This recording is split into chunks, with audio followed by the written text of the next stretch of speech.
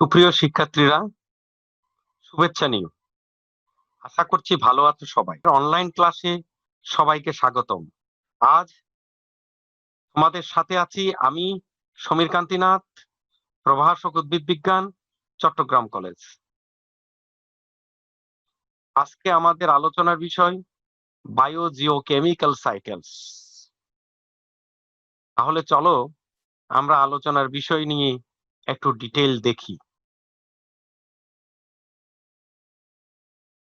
বায়োজিওকেমিক্যাল cycles, এটা তোমাদের সিলেবাসের 9 নম্বর টপিক হিসেবে আছে। এখানে আমরা introduction to biogeochemical cycles, types, carbon and nitrogen cycle সম্পর্কে জানব।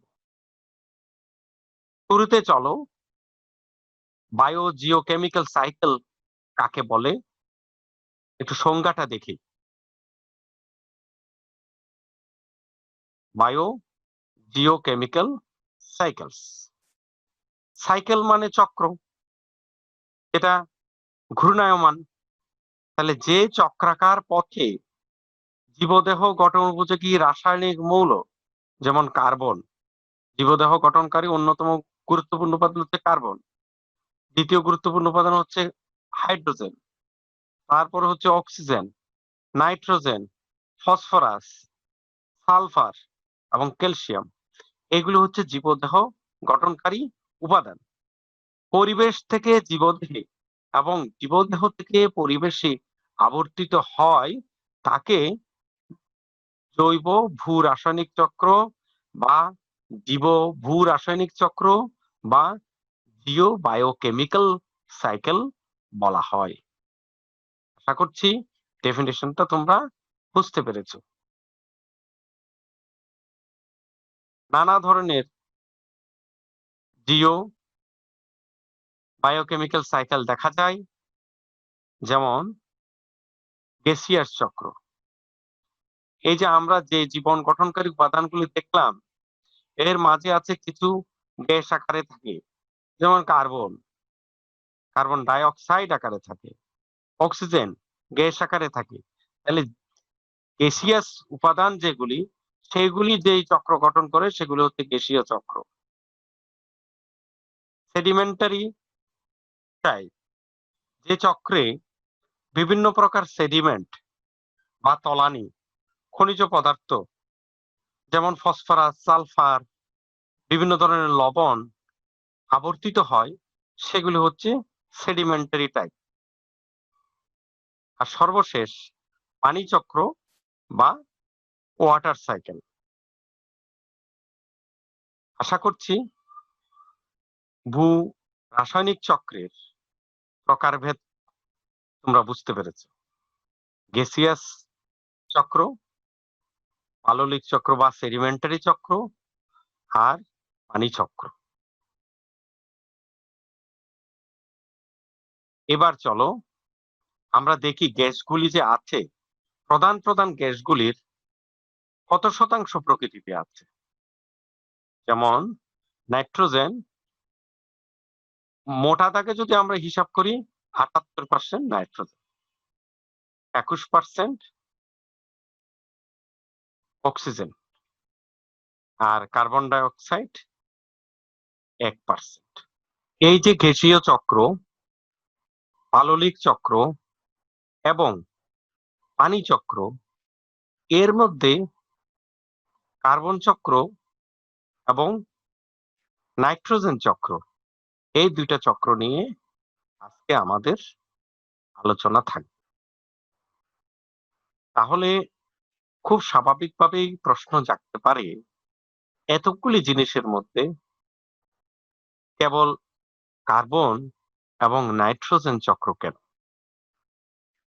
সেটা একটাই কারণ, কার্বন এবং নাইট্রোজেন জীবনের অবিচ্ছেদ্য অংশ। আমরা এখন একটা ভিডিও দেখব, সেটা দেখলেই তোমরা বুঝতে পারবা কিভাবে কার্বন আমাদের জীবনকে জড়িয়ে আছে।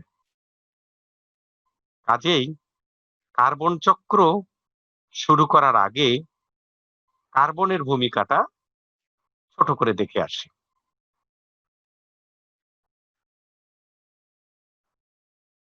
আমেরিকান কেমিক্যাল সোসাইটি এই ভিডিওটা তৈরি করেছে। দেখতে পাচ্ছ ডিএনএ এবং প্রোটিন দ্বারাই মূলত জীবন গঠিত। ডিএনএ এর মূল গাঠনিক উপাদানও কার্বন, প্রোটিন, সুগার এগুলির গাঠনিক উপাদান কার্বন। এই যে পৃথিবীর যে জীবন, যাবতীয় জীবজন্তুর দেহ জুড়ে কার্বন। গ্রাফাইট, কয়লা, ডায়মন্ড, মূল্যবান দ্রব্যগুলিও কার্বন।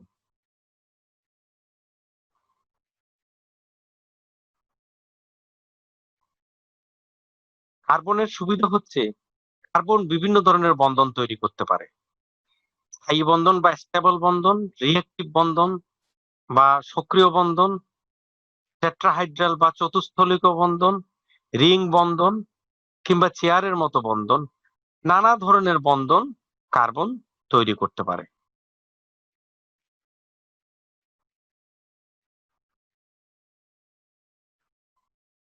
সেই কারণে আমরা দেখি ডিএনএ তে দেখি পেন্টোজ সুগারে কার্বন দেখি, কার্বন ডাই অক্সাইড পৃথিবী থেকে শোষণ করে উদ্ভিদ।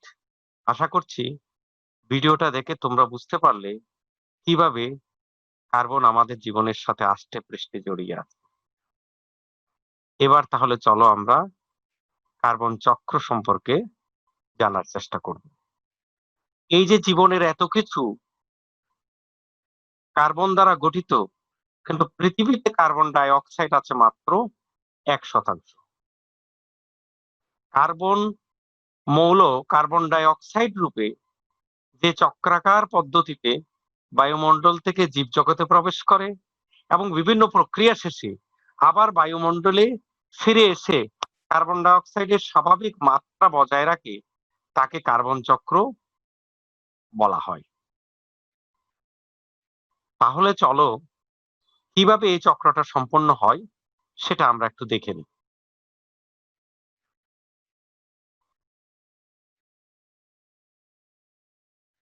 প্রকৃতিতে যে কার্বন ডাই অক্সাইড আছে সেটা উদ্ভিদ কর্তৃক গৃহীত হয় এবং উদ্ভিদ অন্যান্য উপাদানের সাথে অক্সিজেন রিলিজ করে এবং সেটা মানুষ গ্রহণ করে। পরবর্তীতে মানুষ যে কার্বন ডাই অক্সাইড ত্যাগ করে সেটা আবার প্রকৃতিতে ফিরে যায়। অধিকাংশ কার্বনের উৎস হচ্ছে জলাশয়গুলি, বিশেষ করে সাগরগুলি। সাগরে প্রচুর পরিমাণে প্রাণী থাকে যারা কার্বন অ্যাবজর্ব করে। এই জন্য সাগরকে বলা হয় কার্বন সিঙ্ক বা কার্বন বেসিন। এই যে বিভিন্ন ধরনের প্রাণী, উদ্ভিদ, গাছপালা মারা যাওয়ার পর এরা ফসিলে পরিণত হয় এবং জীবাশ্ম জ্বালানি রূপে পৃথিবীতে আবার ফেরত আসে এবং এইভাবে কার্বন ডাই অক্সাইড পৃথিবীর কার্বন ডাই অক্সাইড সমতা বজায় রাখে এবং এইভাবে কার্বন ডাই অক্সাইড পৃথিবীতে কার্বন ডাই অক্সাইড সমতা বজায় রাখে। তাহলে আমরা যদি এক ঝলকে দেখি, বায়ুমণ্ডলের কার্বন ডাই অক্সাইড সবুজ উদ্ভিদ গ্রহণ করে, সবুজ উদ্ভিদকে প্রাণী গ্রহণ করে, প্রাণীর মৃত্যুর পর ফসিল হয়ে যেতে পারে অথবা পচন ক্রিয়ার মাধ্যমে মাটিতে মিশে যেতে পারে, অথবা এই যে ফসিল ফুয়েল আবার দহনের মাধ্যমে কার্বন ডাই অক্সাইড হিসেবে বায়ুমণ্ডলে ফেরত আসতে পারে। প্রাণী শ্বসন ক্রিয়ায় কার্বন ডাই অক্সাইডকে পৃথিবীকে ফিরিয়ে দিতে পারে। উদ্ভিদের মৃত্যুর পর পচনের মাধ্যমে কিছু কার্বন ডাই অক্সাইড, ফার্মেন্টেশনের মাধ্যমে কিছু কার্বন ডাই অক্সাইড বায়ুমণ্ডলে ফেরত আসে। তাহলে বায়ুমণ্ডল থেকে গ্রহণ করা কার্বন ডাই অক্সাইড নানা জৈবনিক প্রক্রিয়া শেষে আবার বায়ুমণ্ডলে ফেরত যাচ্ছে এবং এটা চক্রাকারে চলতে থাকে। এই কারণেই এটাকে কার্বন চক্র বলা হয়। তাহলে বায়ুমণ্ডলে যে কার্বন ডাই অক্সাইড রিলিজ হচ্ছে, যে রিলিজ হয় সেটাকে বলা হয় নির্গম পথ। কিভাবে নির্গম হয়? যে ভৌত রাসায়নিক ও জৈবিক ক্রিয়ায় কার্বন ডাই অক্সাইড জীবজগৎ থেকে পরিবেশে নির্গত হয় তাকে নির্গম পথ বলে। কিভাবে নির্গম হতে পারে? আগ্নেয়গিরির অগ্ন্যুৎপাতের কারণে নির্গম হতে পারে। রাসায়নিক ক্রিয়া, কলকারখানার দহন, কাঠের দহন, জ্বালানির দহন, এগুলির কারণে নির্গমন হতে পারে। জৈবিক ক্রিয়া, যেমন সবুজ উদ্ভিদ, স্থলজ জলজ উদ্ভিদের শ্বসন ক্রিয়ার ফলে কার্বন ডাই অক্সাইড প্রকৃতিতে নির্গত হতে পারে। এইগুলি হচ্ছে কার্বন ডাই অক্সাইড প্রকৃতিতে নির্গত হওয়ার পথ বা উপায়। আর প্রকৃতি থেকে যেই কার্বন ডাই অক্সাইড অ্যাবজর্ব হয়ে যায়, কমে যায়, এটাকে বলা হয় আগমপথ। যে ভৌত রাসায়নিক প্রক্রিয়ায় কার্বন ডাই অক্সাইড পরিবেশ থেকে জীবে প্রবেশ করে তাকে বলা হয় আগমপথ। কিভাবে আগমপথটা ঘটে? ভৌত ক্রিয়া, বাতাসের কার্বন ডাই অক্সাইড জলে দ্রবীভূত হয়, যা জলজ উদ্ভিদ সালোক সংশ্লেষণ প্রক্রিয়ায় খাদ্য তৈরির জন্য গ্রহণ করে। এটা একটা উপায়। এছাড়া বাতাসের কার্বন ডাই অক্সাইড বৃষ্টির পানির সাথে মিশে কার্বনিক অ্যাসিড, এটা কার্বনিক অ্যাসিড হবে। কার্বনিক অ্যাসিড গঠন করে। বৃষ্টির জলের সাথে ওই অ্যাসিড সমুদ্র, নদী ও পুকুরে স্থানান্তরিত হয়। শামুক জাতীয় প্রাণীর দেহে ক্যালসিয়াম হাইড্রোক্সাইড হিসেবে দ্রবীভূত হয়ে কার্বন ডাই অক্সাইডের সাথে ক্রিয়া করে ক্যালসিয়াম কার্বনেট গঠন করে। জৈবিক ক্রিয়া, জলজ স্থলজ উদ্ভিদ সালোক সংশ্লেষণ প্রক্রিয়ায় শর্করা জাতীয় খাদ্য তৈরির জন্য বাতাসের কার্বন ডাই অক্সাইড এবং জলে দ্রবীভূত কার্বন ডাই অক্সাইড গ্রহণ করে। তাহলে এইগুলি হচ্ছে প্রকৃতি থেকে জীবদেহে কিভাবে কার্বন ডাই অক্সাইড শোষিত হয় সেটার উপায়। এই চিত্রটা দেখো, এখানে কার্বন ডাই অক্সাইডের নানা রূপান্তর দেখানো হচ্ছে। এই যে অ্যাশ কালারের রংটা কার্বন স্টোর আর সবুজটা প্রসেস। তাহলে দেখো, অ্যাটমসফিয়ারে কার্বন ডাই অক্সাইড আকারে কার্বন স্টোর হতে পারে, মাটিতে অর্গানিক ম্যাটার হিসেবে স্টোর হতে পারে, ভেজিটেশনে স্টোর হতে পারে, জ্বালানি ফসিল ফুয়েল যেগুলি আমরা জীবাশ্ম জ্বালানি বলি সেগুলি কোল, অয়েল, গ্যাস আকারে, সেডিমেন্ট বা সেডিমেন্টারি রক হিসেবে স্টোর হতে পারে, পানির সারফেসে কার্বন সিঙ্ক হিসেবে স্টোর হতে পারে, গভীর সমুদ্রে তলানি হিসেবে থাকতে পারে। আর এই যে বাকিগুলি, burning fuel, burning, photosynthesis, carbon dioxide exchange, respiration, decay, weathering, phytoplankton, sinking sediment, rock formation, এগুলি সব হচ্ছে প্রসেসের মধ্যে, মানে রূপান্তর প্রক্রিয়ার মধ্যে আছে। ছবিটা দেখো, বৃষ্টির মাধ্যমে কিভাবে কার্বন ডাই অক্সাইড কার্বনিক অ্যাসিডে পরিণত হচ্ছে এবং কিভাবে মাটিতে মিশে যাচ্ছে, আবার কিভাবে রেসপিরেশন এবং ফার্মেন্টেশন প্রক্রিয়ায় প্রকৃতিতে কার্বন ডাই অক্সাইড ফেরত যাচ্ছে, আবার কিভাবে অক্সিডেশন প্রক্রিয়ায় কার্বন প্রকৃতিতে ফেরত যাচ্ছে, ভলকানিক ইরেপশনের কারণে প্রকৃতিতে ফেরত যাচ্ছে, প্রকৃতি থেকে আবার কিভাবে কার্বন ডাই অক্সাইড কনজিউম হয়ে যাচ্ছে সেটা দেখানো হলো।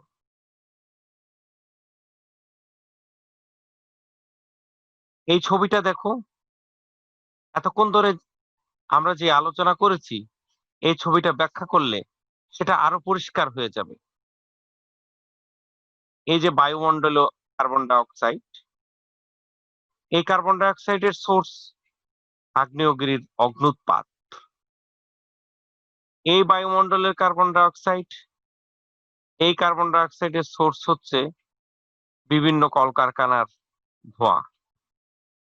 তাইলে এই কার্বন ডাই অক্সাইড সাগর দ্বারা গৃহীত হতে পারে, কারণ সাগর হচ্ছে সবচেয়ে বড় কার্বন সিঙ্ক।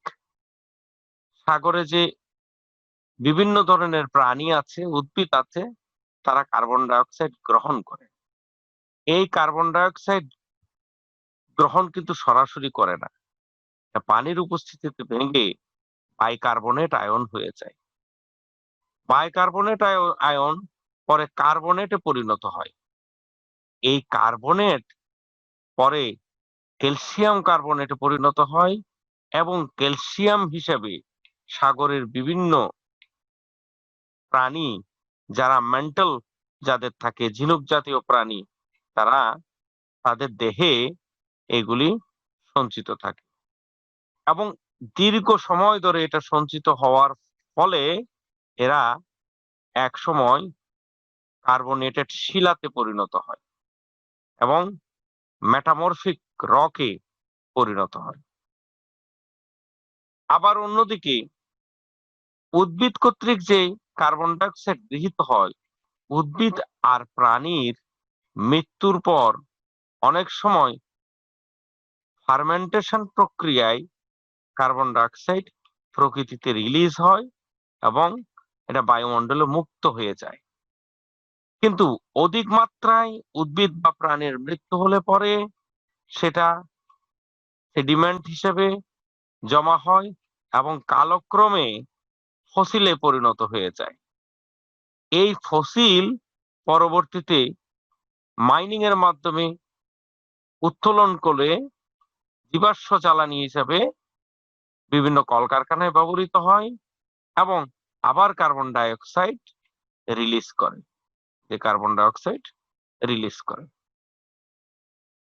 এইভাবে প্রকৃতিতে যে পরিমাণ কার্বন ডাই অক্সাইড ছিল আর যে পরিমাণ কার্বন ডাই অক্সাইড জীব কর্তৃক গৃহীত হচ্ছে, জীব কর্তৃক আবার কার্বন ডাই অক্সাইড ছেড়ে দেওয়ার মাধ্যমে মূল কার্বন ডাই অক্সাইডের পরিমাণ অক্ষুণ্ণ থাকে।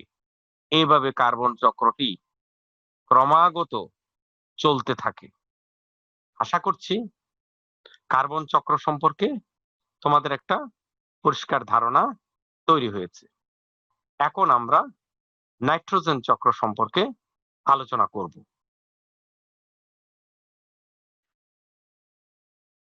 দেখো, প্রকৃতিতে প্রায় 78 ভাগ নাইট্রোজেন, তারপরও এত বিপুল পরিমাণ নাইট্রোজেন থাকা সত্ত্বেও উদ্ভিদ বা প্রাণী সরাসরি নাইট্রোজেন প্রকৃতি থেকে গ্রহণ করতে পারে না।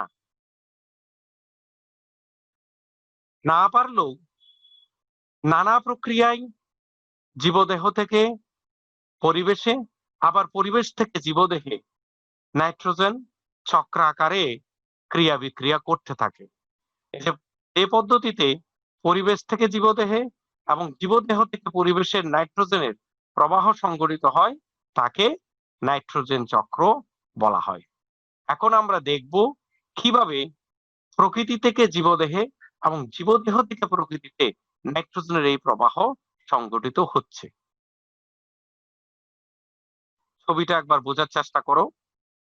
এই যে আমরা অশ্বমণ্ডল, বায়ুমণ্ডল, বাড়িমণ্ডল সম্পর্কে আগের পাঠে আলোচনা করেছি। এই যে অশ্বমণ্ডলে মাটিতে নাইট্রেট আকারে নাইট্রোজেন সংবন্ধন হয়, আবার বাতাসের নাইট্রোজেন মাটিতে নাইট্রেট আকারে কনভার্ট হয়ে মাটিতে মিশে যায়। বাতাসের অক্সিজেন নাইট্রেট আকারে পানিতে মিশে যেতে পারে। সেই নাইট্রেট আকারে উদ্ভিদ নাইট্রোজেন গ্রহণ করে, অর্থাৎ সরাসরি নাইট্রোজেন গ্রহণ করতে পারে এমন অতি অল্প পরিমাণে কিছু উদ্ভিদ, কিছু অণুজীব আছে। আর বাকি সবাইকে হয় পানিতে দ্রবীভূত নাইট্রেট হিসেবে নতুবা মাটিতে মিশে যাওয়া নাইট্রেট হিসেবে গ্রহণ করতে হয়। কিন্তু আবার কিছু কিছু উদ্ভিদ আছে যারা এই নাইট্রোজেনকে ভেঙে আবার প্রকৃতিতে ফেরত পাঠায়। এইভাবে প্রবাহটা পর্যায়ক্রমে চলতে থাকে। আশা করছি বুঝতে পেরেছ। কার্বন ডাই অক্সাইডের যেমন আগম পথ নির্গমন পথ আছে, তদ্রূপ নাইট্রোজেনেরও আগম এবং নির্গম পথ আছে। যে ভৌত রাসায়নিক ক্রিয়ায় জীবজগৎ থেকে পরিবেশে নাইট্রোজেন মুক্তি ঘটে তাকে নির্গম পথ বলে। কিভাবে নির্গত হয়? আগ্নেয়গিরির অগ্নুৎপাতের ফলে নাইট্রোজেন প্রকৃতিতে বিমুক্ত হতে পারে। কলকারখানার দহনের ফলে নাইট্রোজেন ডাইঅক্সাইড হিসেবে প্রকৃতিতে নাইট্রোজেন বিমুক্ত হতে পারে।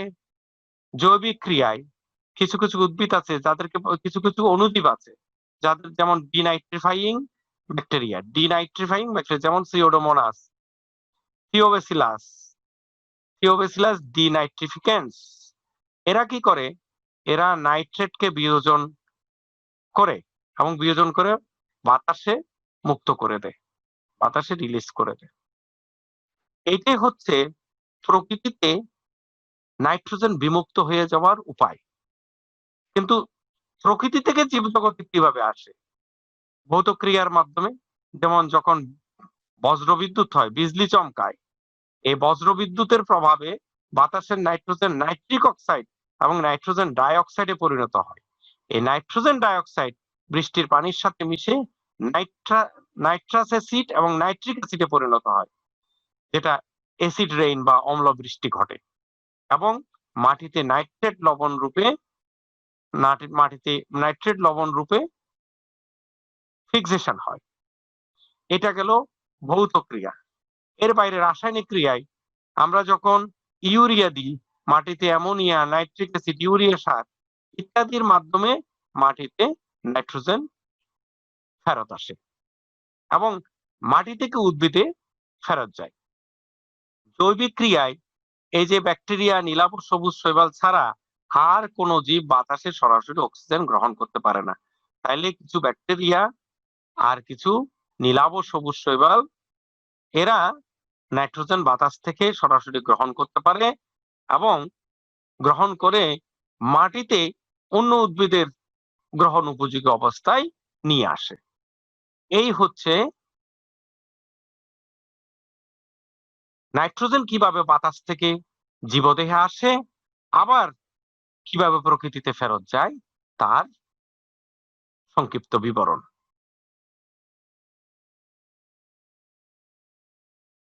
প্রাণীর মৃতদেহ, প্রাণীদেহে নাইট্রোজেন গঠিত রেচক দ্রব্য ইত্যাদি বিয়োজিত হইয়া অ্যামোনিয়ায় পরিণত হয়। যেমন প্রাণীর মলমূত্র এর অনেক কিছুই অ্যামোনিয়ায় পরিণত হয়। মাইক্রোকক্কাস জাতীয় ব্যাকটেরিয়া এই পদ্ধতি সম্পাদন করে। পরে অ্যামোনিয়া অন্যান্য ব্যাকটেরিয়ার মাধ্যমে নাইট্রেটে পরিণত হয়। এটা একটা প্রক্রিয়া। নাইট্রিফিকেশন, এই প্রক্রিয়াটাকে বলা হয় অ্যামোনিফিকেশন। অর্থাৎ নাইট্রোজেন অ্যামোনিয়াতে পরিণত হয়ে জীবের গ্রহণ উপযুক্ত হওয়াকে বলা হয় অ্যামোনিফিকেশন। আবার যে সমস্ত ব্যাকটেরিয়া বায়ুমণ্ডলের মুক্ত নাইট্রোজেনকে গ্রহণ করে নাইট্রেটে পরিণত করে তাদেরকে বলা হয় নাইট্রিফাইং ব্যাকটেরিয়া। এই বায়ুমণ্ডলের নাইট্রোজেনকে সরাসরি গ্রহণ উপযোগী করতে পারার ঘটনাটাকে বলা হয় নাইট্রিফিকেশন। এই নাইট্রিফিকেশন আবার দুইটা ধাপে সংঘটিত হয়। যেমন মৃতজীবী ব্যাকটেরিয়ার মাধ্যমে নাইট্রোজেন সংবন্ধন। সিম জাতীয় উদ্ভিদের মূলের নডিউলে রাইজোবিয়াম নামক ব্যাকটেরিয়া থাকে যারা বাতাসের নাইট্রোজেনকে সংবন্ধন করে। এটাকে বলা হয় সিমবায়োটিক নাইট্রোজেন ফিক্সেশন বা মৃতজীবী ব্যাকটেরিয়ার মাধ্যমে নাইট্রোজেন সংবন্ধন। আরেকটা হচ্ছে স্বাধীনজীবী ব্যাকটেরিয়ার মাধ্যমে। অ্যাজোটোব্যাক্টর নামক ব্যাকটেরিয়া, এরা স্বাধীনজীবী ব্যাকটেরিয়া, এরা বাতাসের নাইট্রোজেনকে সরাসরি ফিক্সেশন করতে পারে এবং মাটির উর্বরতা বাড়াতে পারে। এছাড়া কিছু নীলাভ সবুজ শৈবাল বাতাসের নাইট্রোজেনকে সরাসরি মাটিতে ফিক্সেশন করতে পারে এবং মাটির উর্বরতা বৃদ্ধি করতে পারে। এই ছবিটা দেখো, এখানে এই যে নাইট্রোজেন চক্রের একটা সহজতর ডায়াগ্রাম আছে। এই যে নাইট্রেট অক্সিডেশনের মাধ্যমে নাইট্রেট NO3 আয়নে পরিণত হয়। NO3 আয়ন আবার NO2 আয়নে পরিণত হয়, যেটা ডিনাইট্রিফিকেশনের মাধ্যমে প্রকৃতিতে নাইট্রোজেন গ্যাস হিসেবে রিলিজ হয়ে যায়। কিন্তু নাইট্রোজেন ফিক্সিং ব্যাকটেরিয়া সরাসরি অ্যামোনিফিকেশনের মাধ্যমে নাইট্রোজেনকে আবার উদ্ভিদ বা প্রাণীর গ্রহণ উপযোগী অবস্থায় ফিরিয়ে দেয়। এইভাবে প্রকৃতিতে একবার নাইট্রোজেন জীব কর্তৃক গৃহীত হয়, আবার বিভিন্ন জীবের কর্মকাণ্ডে নাইট্রোজেন গ্যাস প্রকৃতিতে ফেরত আসে। ফলে প্রকৃতিতে বিদ্যমান মোট নাইট্রোজেন গ্যাসের পরিমাণ অক্ষুণ্ণ থাকে এবং চক্রটি চক্রাকারে চলতে থাকে। আশা করছি বায়ুমণ্ডল থেকে কিভাবে নাইট্রোজেন উদ্ভিদের গ্রহণ উপযোগী হয় এবং আবার জীবদেহ থেকে নাইট্রোজেন কিভাবে বায়ুমণ্ডলে ফেরত যায় সে সম্পর্কে তোমাদের একটা ধারণা তৈরি হয়েছে। এখন আমরা একটা ভিডিও দেখব, সেই ভিডিওর মাধ্যমে তোমাদের এই ধারণাটা আরো পরিষ্কার হবে। চলো তাহলে ভিডিওটা দেখি। এই যে নাইট্রোজেন প্রকৃতিতে এত বেশি পরিমাণে আছে, কিন্তু এটা সরাসরি গ্রহণ করা উপযোগী অবস্থায় থাকে না। এই প্রোটিন এবং অ্যামাইনো অ্যাসিডের মূল গাঠনিক উপাদান হিসেবে নাইট্রোজেন অত্যন্ত গুরুত্বপূর্ণ ভূমিকা পালন করে।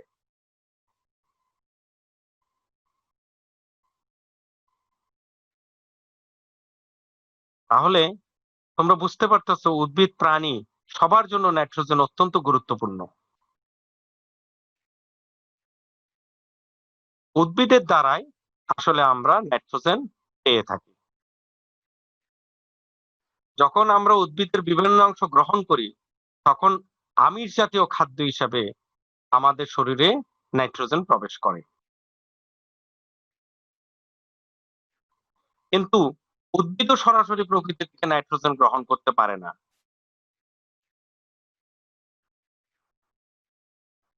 কারণ ট্রিপল বন্ডে আবদ্ধ থাকে বলে নাইট্রোজেন সহজে গ্রহণীয় অবস্থায় থাকে না। কিন্তু প্রকৃতিতে যখন বিদ্যুতায় বজ্রপাত হয়, বিদ্যুৎ চমকায়, তখন এই বন্ধন ভেঙে যায়। তারপরও গ্রহণযোগ্য অবস্থায় থাকে না।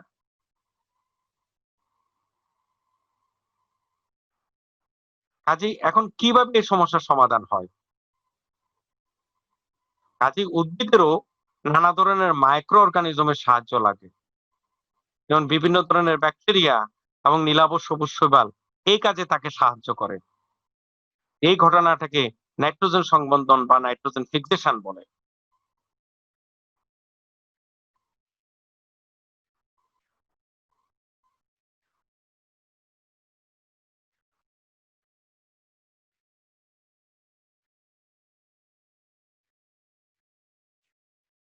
যেসব অর্গানিজম এই ঘটনাটা ঘটায় তাকে নাইট্রোজেন ফিক্সিং অর্গানিজম বলে। এরা প্রকৃতির নাইট্রোজেনকে গ্রহণ উপযোগী করে নাইট্রেট এবং নাইট্রাইট এবং অ্যামোনিয়া আকারে।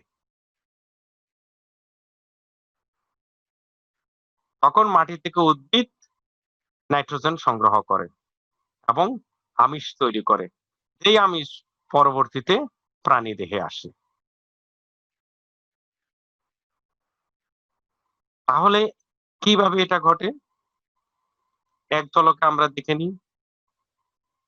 মানুষ সরাসরি নাইট্রোজেন নিতে পারে না, উদ্ভিদ থেকে নেয়। উদ্ভিদ সরাসরি পারে না, উদ্ভিদ সাহায্য নেয় নাইট্রোজেন ফিক্সিং ব্যাকটেরিয়ার। তারাই নাইট্রোজেনকে গ্রহণ উপযোগী করে তোলে।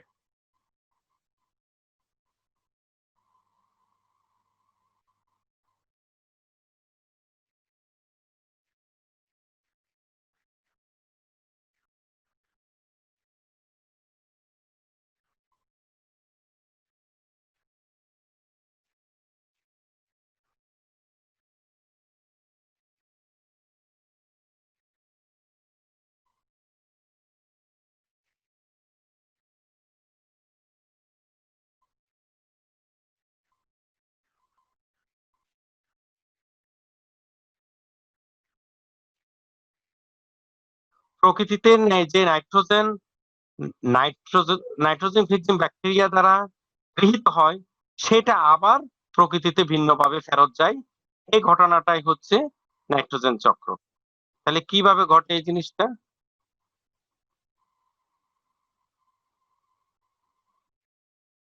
রাইজোবিয়াম ব্যাকটেরিয়া কিভাবে ঘটায়?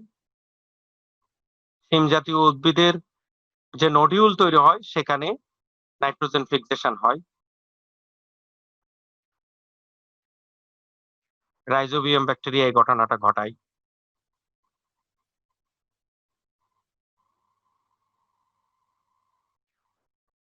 কিন্তু যেসব উদ্ভিদ নডিউল তৈরি করতে পারে না, নন লিগুমিনাস প্ল্যান্ট কিভাবে এই ঘটনাটা ঘটায়?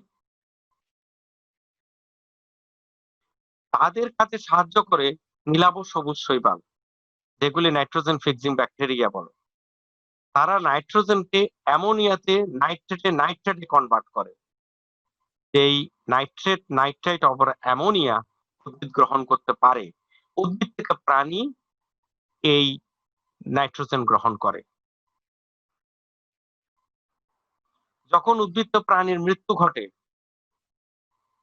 তখন তাদের বডি মাটিতে মিশে যায় এবং মাটিতে মিশে গেলে আমিষ জাতীয় পদার্থ ভেঙে যায় এবং ভেঙে গিয়ে নাইট্রোজেন প্রকৃতিতে বিমুক্ত হয়ে যায়।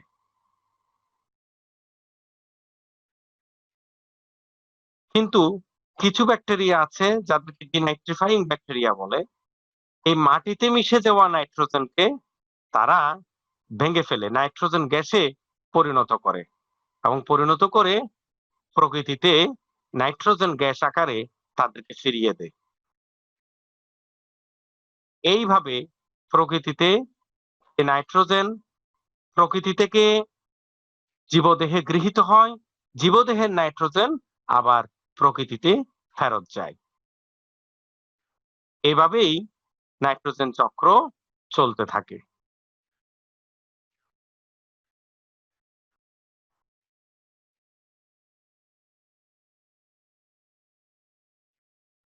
আশা করছি এই ভিডিও দেখার পর নাইট্রোজেন চক্র সম্পর্কে নিশ্চয়ই তোমাদের আর কোনো কনফিউশন রইল না।